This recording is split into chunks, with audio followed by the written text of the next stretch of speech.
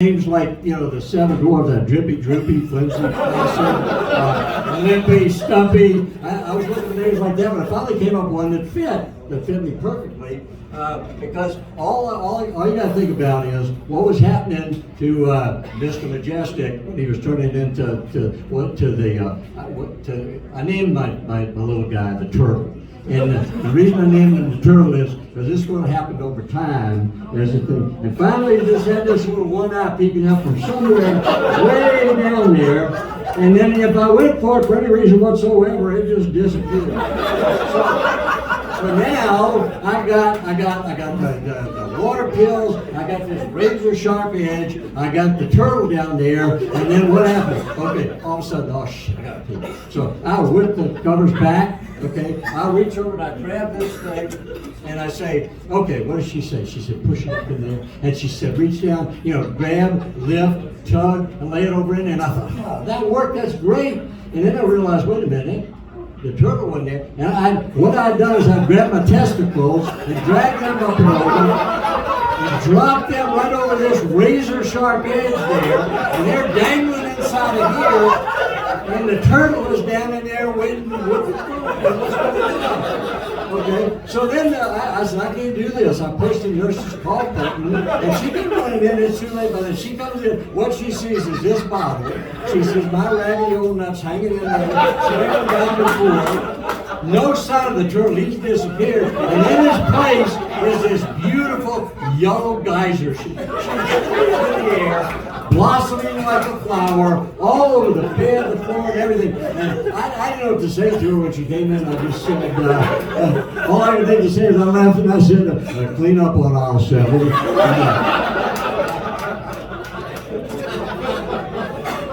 So anyway, one other thing I'd tell you, this is not funny, but I'm going to tell you anyway, because I think you ought to know about it. How many of you ever had surgery and been in the hospital overnight? Okay. Well, I got to tell you something.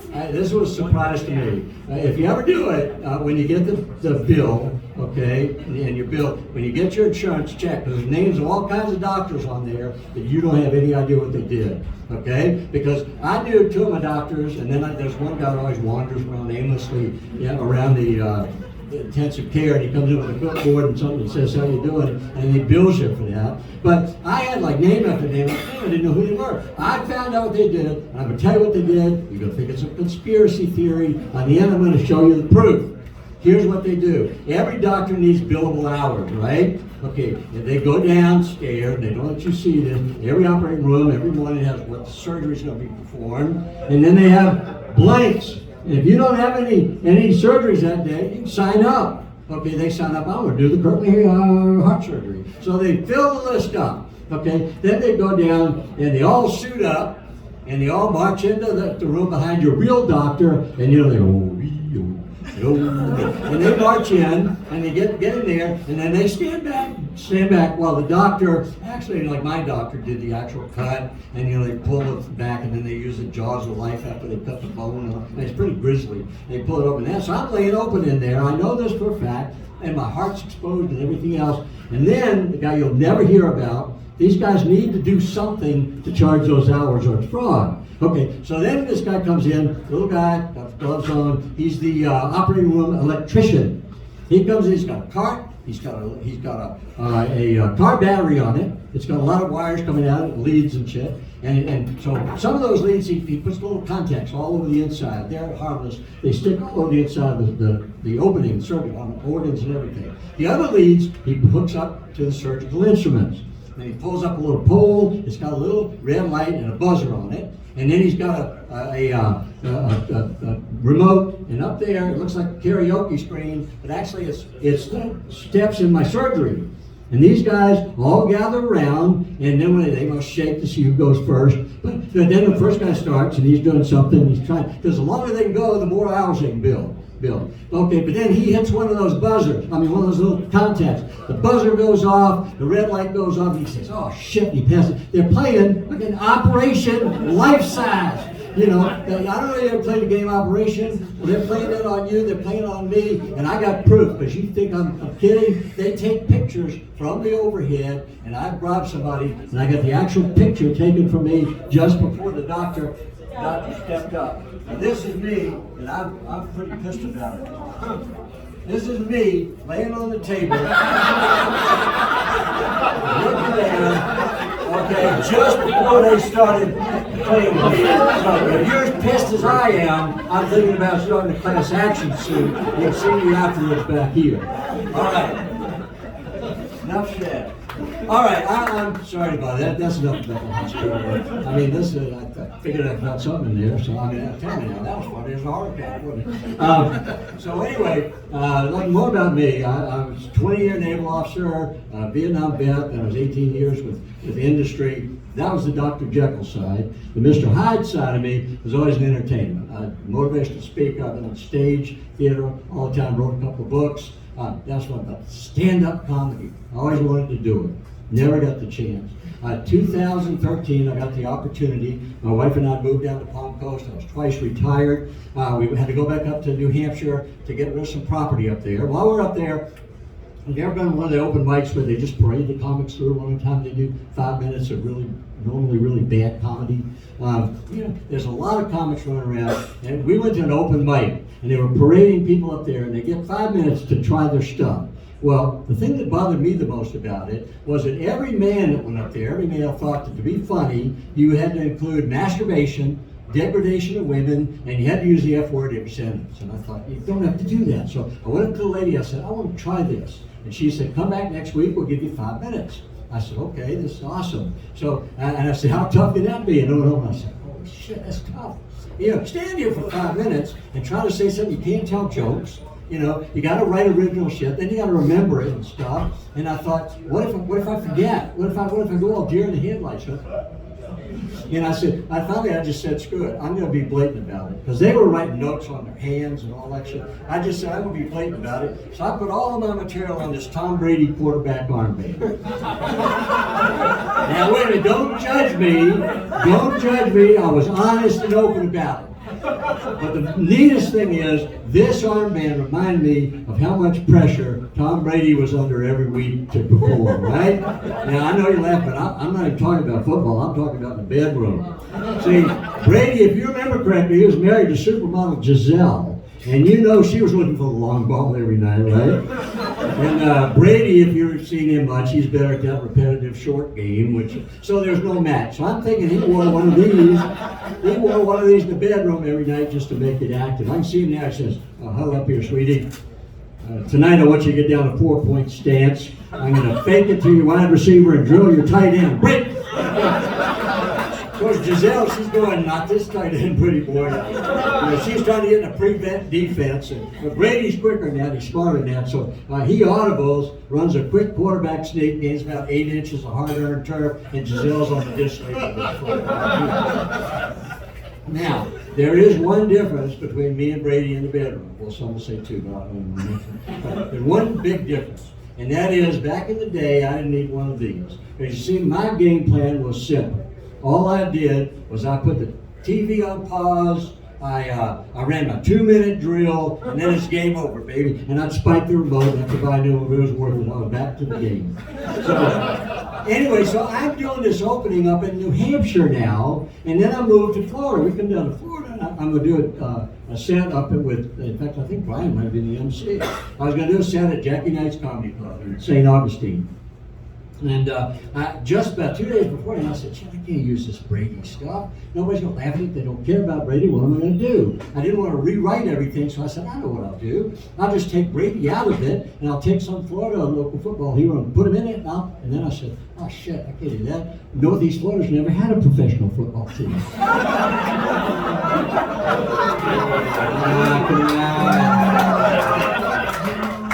Come on, I'm just kidding. I really, really try to love the Jaguars. I'm trying. And trying to love the Jaguars is like adopting a rescue dog from the pound. You really want to love them, but they just won't stop shitting on your carpet. Okay, enough said. I'm going to get thrown out of here. Okay, let's go back to the fact that I said I'm the dick and stuff, but it's not funny. I mean, I'm Dick. You name their kid a Dick. In fact, my grandson asked me that one day, why would any mom ever name their kid Dick? I didn't have a good answer to it.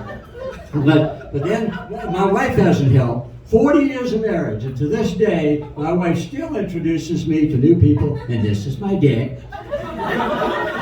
True story. Okay, and then, you'd think 20 years in the Navy, that I'd get some respect, right? Didn't happen. Because you see, Army officers lead grunts and ground pounders, right? Marine Corps officers lead jarheads and leathernecks. But for me, it was always, it's Commander Dick and his seamen.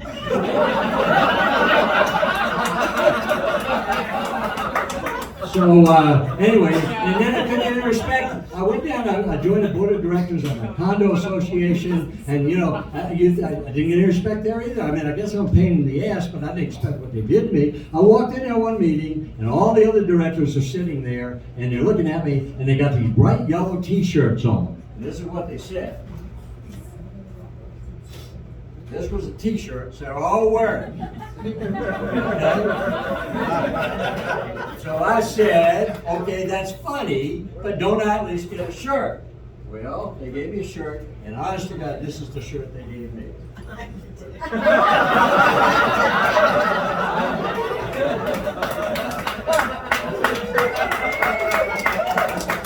Yes, I am the dick.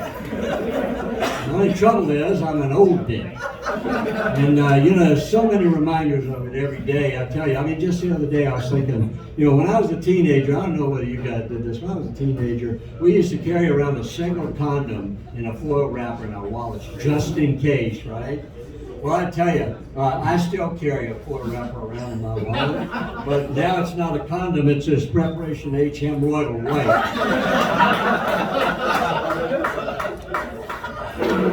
And I tell you, the other thing, old people are in denial about what's happening to them, and I'm the same way. But I'm telling you, here's what they ought to do. They ought to take a lapse, what do they call it? When you do the thing and the grape shrinks to the raisin, time-lapse video. Okay, they should take one of those. I figured they do a time-lapse video of me from the time I'm 18 till now and make me watch it, then I won't be in denial. Because here's what I'd say if I'm watching my video. Okay, first I'd see the sharply chiseled features of a handsome young naval officer just kind of sag into this turkey gobbler shit I got hanging down here now. Next I'd see the rippling washboard abs just kind of pool into this wash tub flab I got down here. And then, this is really scary because I know I look in there and I'd say, what is that? Oh no, that's my testicles sinking lower and lower and lower. Now, put it in perspective. It's like watching melted wax run down the side of a Christmas tree. To the point now where, I mean, if you look at me in my silhouette, I look like an Argentinian gaucho, with his bolas hanging down. I swear I think I could bring down a small cow with these boots. And I don't know what happened to my ass. It just disappeared. I mean, I remember when I put on my first white uniform at the Naval Academy, you could thump my ass cheeks like melons. But over time, it's like somebody just let the air out of two balloons back there real slowly. And all I got back there now is these two vertical pieces of loose skin. I call them ass flaps. I swear to God, when I fart, they actually flutter. Now, same thing. It's happened inside. Everything's falling apart. My bladder pump stopped working years ago, and it's embarrassing to go to a public men's room. Well, I'll be standing there just trying to finish, and all these young studs come walking in. They stop here and they stop there. They unzip and they put their hands on the wall and their head back, and like a water cannon on a fire truck. They're blasting that screen off the back of the urinal, and they finish and they zip up and they give me a little sneer and they walk out, and they leave me standing there like some old farmer, trying to wring the last drop out of the withered teat of his ancient milk cow. I've become my mother. I mean, really, I take more pills. I take so many pills. I got one of those little pill reminder boxes, They're divided in 7 days a week, AM and PM. The idea is great. You put all your pills in there on a Sunday night, and then you remember to take them throughout the week. Okay, well, that's great. Except nowadays, I don't know what day it is. So my wife says, "Do you take your pills?" I said, "Nah, I don't think so. There's some missing on Wednesday." I take pills for everything. I mean, acid reflux, cholesterol, high blood pressure, hypertension, restless leg syndrome, neuropathy. The only pill I don't take is a little blue pill. And it's not because I don't need it. I mean, come on, look at me. What am I going to do with a 4-hour erection? I mean, my wife, bless her heart, she's done and cleaned up after the first 10 minutes of back playing games on her iPad. And besides, during any 4 minutes like that, I'm going to have to get up, pee at least twice. I'm going to have to walk off my restless legs. I'm going to breathe deeply to bring down my runaway heartbeat. And I'm going to fart the whole time. You have to constantly check for anal leakage. Okay. Now, the other thing is, there I'd be for the next, 3 hours and 50 minutes pondering, what do I do with my 4 inches of rigid, vein-popping, blood-curdling hemorrhoids? Because that blood racing to the midsection of this whole body is going to pass the point of least resistance and go right to those hemorrhoids. And 4 hours later, my ass is going to look like a miniature replica of the Stonehenge. Okay, but my time's up. I'm going to leave you with a positive. I'll leave you with a positive because it's all been negative. Okay, I will tell you to this day, I'm still regular. Okay, honest. Every morning at 6 o'clock, I empty my bladder. Every morning at 7 o'clock, I move my bowels. The only trouble is I'm not awake now to bed until about 10. So, anyway, that's my time. My name is Dick.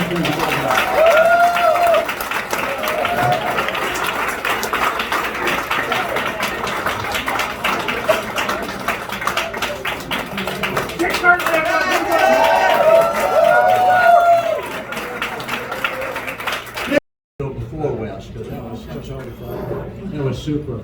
Listen, I'm probably get off to a slow start because I gotta tell you something. Well, first of all, I gotta fess up. My name really is Dick. So what you got here is a 78-year-old Dick here. Now the other thing is, I've been doing stand-up. I did it as a bucket list thing some years back, but I haven't been in front of a microphone for 5.5 years, so this is a big deal here. So if I lose some words in the middle of that all, I had a heart attack and I couldn't barely talk. So anyways, that's sort of the deal. So if I stumble over some things, you feel bad for me. Now the other thing is, I got my family here. This whole row of people is family and friends, but the key one here is my lovely wife back there. And let me tell you why that's important, but it's also a lot of pressure on me. Because there's an argument in my family now about whether the fact that I lose words and forget shit and everything, as to whether it's just old age or whether I'm suffering seriously from, sudden onset, what's the word? Dementia. I don't know why I keep thinking that's the word. But anyway, so I've been having some struggles, but I wanted to do this. Brian and I worked together in St. Augustine years ago, and I was anxious to get back. So this is neat. Then I thought, well, what about material? Because I'm doing more minutes than I've ever done before. I got some old stuff I can fall back on later, and I'm real comfortable with that because it's sort of flows, but I want to get some stuff up front that I hadn't ever done before. So I'm thinking, well, I had 5.5 years of stuff. I want to pick something funny from it. And then I remember there was a saying, people used to say, oh, that's funny as a heart attack. That's funny as a heart attack. So I thought, I've never thought of anything being funny from a heart attack, but since I had a heart attack, maybe I can dig in there and find a nugget, maybe that'll be funny. So that's what I was doing. I was looking around, but I got to tell you something. It was hard because 77 years of my life before that heart attack, I never had a serious health issue that was life-threatening. And I had a lot of little shit that comes from Agent Orange and all that. Nothing ever life-threatening. Okay. Well, I used to say, yeah, I have an agent. He's kept me in venues throughout the VA, and his name is Agent Orange. But anyway, I kept thinking, that's the 77 years. I'd never had anything like that. And then I thought, when I got to where they said, I thought, well, I'm lying because I did have prostate cancer. I had a diagnosis for that in 2006, but I didn't almost die because the doctors were amazing. They didn't cut on me or anything. They took radioactive seeds and put them on needles, and they find the cancer, and they go in there and they find it, they leave it there, and it's amazing what happens. The first one is good, the second two are not so good because they can't turn that shit off. So the good news is it killed the cancer. The bad news is a little while later it killed my prostate. And a little bit after that, it killed everything in the system, and they said, now it's killed your ability to ever have an erection again. I said, put the cancer back in. How do I tell my wife that? So Anyway, so now back, so I'm looking at my heart attack, and I said, well, maybe there's some funny stuff, and I'll try to pull it out there. So I'm thinking, I don't remember a lot of it, of course. I don't remember anything in the operating room, obviously. I hope not. But anyway, so I thought, the first thing I found when I was coming out of the anesthetics, there was a nurse talking to me. And from the time that she was talking me out of it, make sure they didn't cut your wires wrong or something, and you know who your name is, what you did, and all this kind of stuff. So I was answering all the questions, right? And then she started telling me what I'd be doing, you know, how long I'd be laying down and what they'd be doing here. And then she said, and pretty soon the doctor's going to come in, and he's going to tell you all about your surgery. And she said, now before he does, do you have any questions? And I said, shit, yeah. It's like you never shut up. When and how do I ever get to pee? And she said, well, you should have been peeing all along, sir. And I said, why? She says, because you have a catheter in you. I said, I'm waiting 45 minutes and you didn't tell me that, for God's sakes. You should have led with that. So I said, just a minute, excuse me. 10 minutes later, I'm done, and I said you should have shared that with me. So anyway, so yeah, I go along, and I was thinking back on the rest of the heart attack, and what then I remembered that when that was the good news about having the catheter in. The bad news came when the catheter came out, but she didn't tell me that. She said that's when you're on your own and you're coming back. And I said, well, wait a minute, what do I do? She said, just wait. And they're going to take it out tomorrow. I'll tell you what you got to do. So I waited, and they came in, they would take it out. She said, okay, here's what you do. And I said, do I get out of bed and go pee? She said, no, you still can't get out of bed. I said, wait a minute, taking the catheter out, I can't, what am I going to do? She said, well, it's easy. And this is what she gave me.